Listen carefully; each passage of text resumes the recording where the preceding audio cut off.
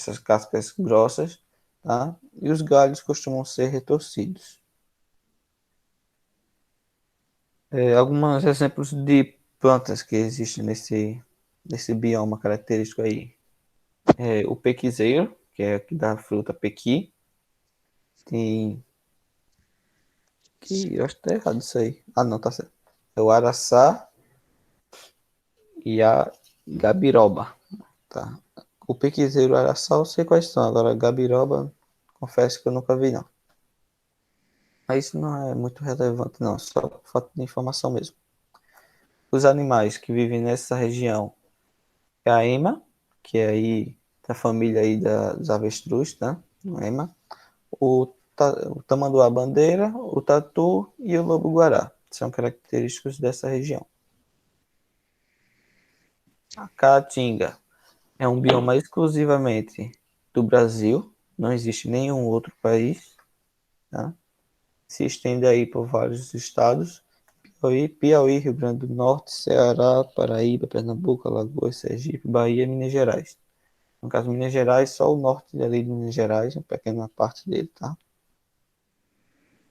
Característica desse bioma. O clima é quente e seco, com poucas chuvas, raras chuvas. Devido às raras chuvas, muitos rios não sobrevivem, pelo menos não sobrevivem o ano todo, né? Só quando há chuvas. São poucos os que sobrevivem aí o ano todo, e o principal deles é o Rio São Francisco, tá? Que chega a ter baixas, mas ele sempre continua fornecendo água. As espécies de plantas características da região são cactos. Todas essas plantas aí, é o cacto, mandacaru, xique-xique, arbustos e árvores de pequeno porte. Não todos, mas para mim o cacto, mandacaru, o xique-xique e os arbustos têm a característica de armazenar água em seu caule, tá? Eles armazenam água em seu caule. No caso do cacto, o mandacaru e o xique-xique, eles modificam suas folhas, transformam elas em espinhos, são pseudofolhas, para que não perca água com facilidade. Já falei isso quando estávamos falando de biomas mundiais, no caso do deserto, né? Deserto do Saara e deserto arenoso da Austrália. E os cactos realizam isso. Os animais comuns do bioma é o calango, carcará, que é um pássaro, o gambá e o veado catingueiro. Agora, Mata Atlântica, que é bem comum a gente encontrar, ela se localiza assim na região litorânea do país. Antigamente, muito antigamente mesmo, ela cobria toda a região ali do Rio Grande do Norte até lá embaixo, até Rio de Janeiro, passando por ali, tá? Ela cobria todo esse litoral. Mas aí foi trabalhando com agricultura, construindo cidades, e isso fez com que reduzisse bastante, tá? E hoje não ocupa uma área tão grande assim, mas ainda há uma grande diversidade de espécies que sobreviveram aí. Tá? As características, clima quente e úmido, bem característico aqui da região, né, do litoral. Como é uma mata atlântica, é comum que tenha alto índice de chuvas na região atlântica, tá? Das matas. As árvores chegam até 30 metros de altura, tá? E as plantas costumam ter folhas largas devido ao grande índice de chuva, né? Ela não tem necessidade de encolher suas folhas para não perder água por luminosidade, já que tem bastante chuva. As espécies mais encontradas, aí falando das plantas, né? As espécies mais encontradas, ou melhor, que eram mais encontradas, né? Era o jacarandá, o pau-brasil e o palmito. Hoje elas estão quase extintas, tanto pela extraviação delas, como também pela redução do tamanho da Mata Atlântica, tá? As espécies agora que são bem presentes agora, que ainda não estão correndo risco de extinção, é o ipê, o jambo, vocês conhecem o jambo, a fruta, né? Tem o jatobá, a imbaúba, que é bem comum, a bromélia, samambaias, musgos, que os musgos são basicamente fungos, né? musgos, orquídeas, cipós, entre outras, tá? São só alguns aqui que eu citei aqui. E os animais comuns aí, esse eu nunca vi, nunca tinha ouvido falar, tá? O cachorro vinagre, nunca ouvi falar. Tem bastante paca, cutia, mico-leão dourado, que é bem característico da região da Mata Atlântica. Várias espécies de morcegos, répteis, anfíbios e aves, tá? Vários deles estão, é, vários estão em extinção. Um dos motivos é a redução do habitat, né? A redução da Mata Atlântica. E outro realmente é o tráfico mesmo de animais, animais silvestres. O Pantanal, vai dar tempo de terminar. Falta pouco. Tá? O Pantanal é característico, como vocês podem observar na imagem, por ser planícies alagadas, tá? Bastante água, bastante rios. É comum na época aí de cheias aí, que tem a época de cheia e a época de baixa, né, de seca. É comum na época de cheias ficar tudo alagado e depois, na época de seca, a água voltar a um nível mais baixo. Eu vou explicar mais como é que acontece isso, tá? É característico aí, é comum encontrar. Na verdade, no Brasil, apenas nesses dois estados você consegue encontrar o Pantanal, que é no Mato Grosso e Mato Grosso do Sul, tá? Tem outros países vizinhos, mas é comum nesses dois. As características é o clima quente e úmido, com dois períodos aí bem definidos, que é um período, não é período de chuva, é período de seca, é período de cheia e período de seca, tá? E aí quando chove, alaga tudo, realmente é uma cheia, inunda tudo, tá?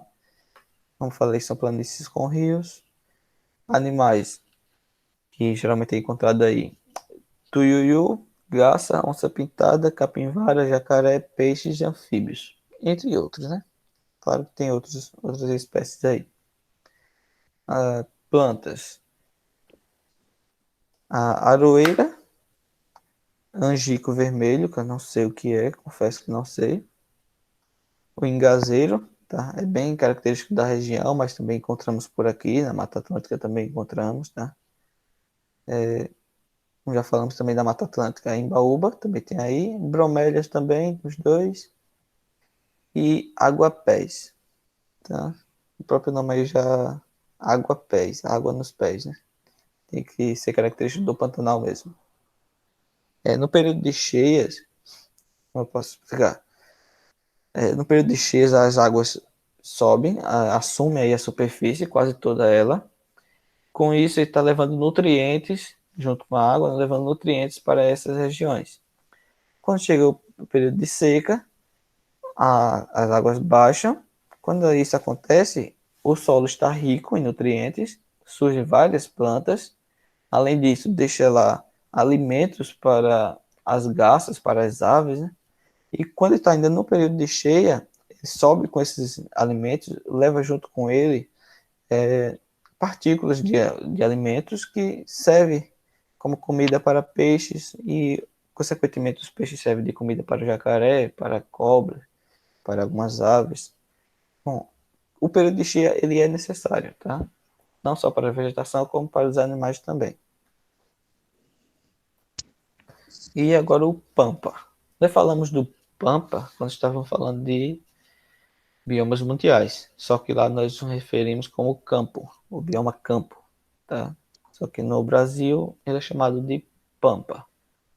Exclusivamente do Rio Grande do Sul, você não encontra em outro estado brasileiro, tá?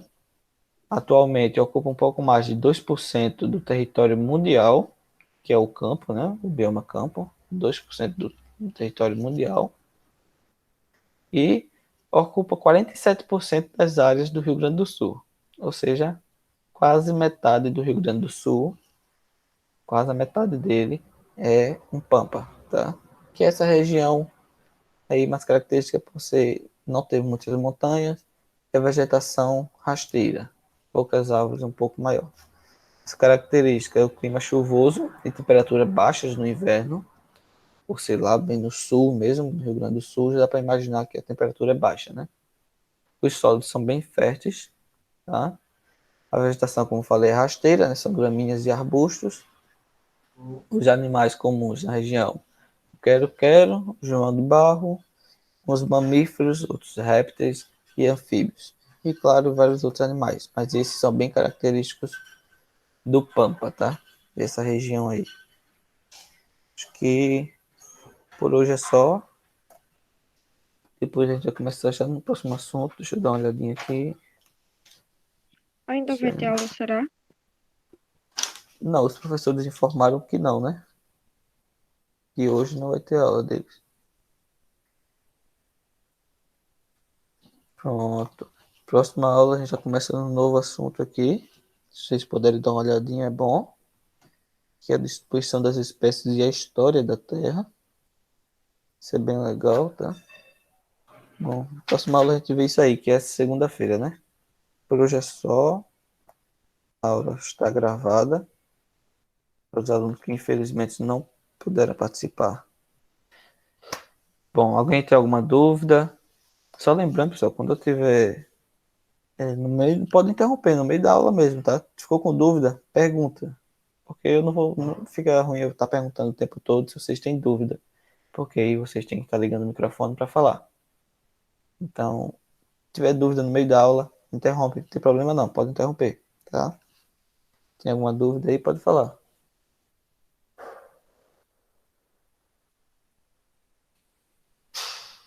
Ninguém tem dúvida, então tá ótimo. É que ninguém tem. Por hoje é só, pessoal. Até segunda, tenha um bom final de semana. Tchau! Tchau, tchau.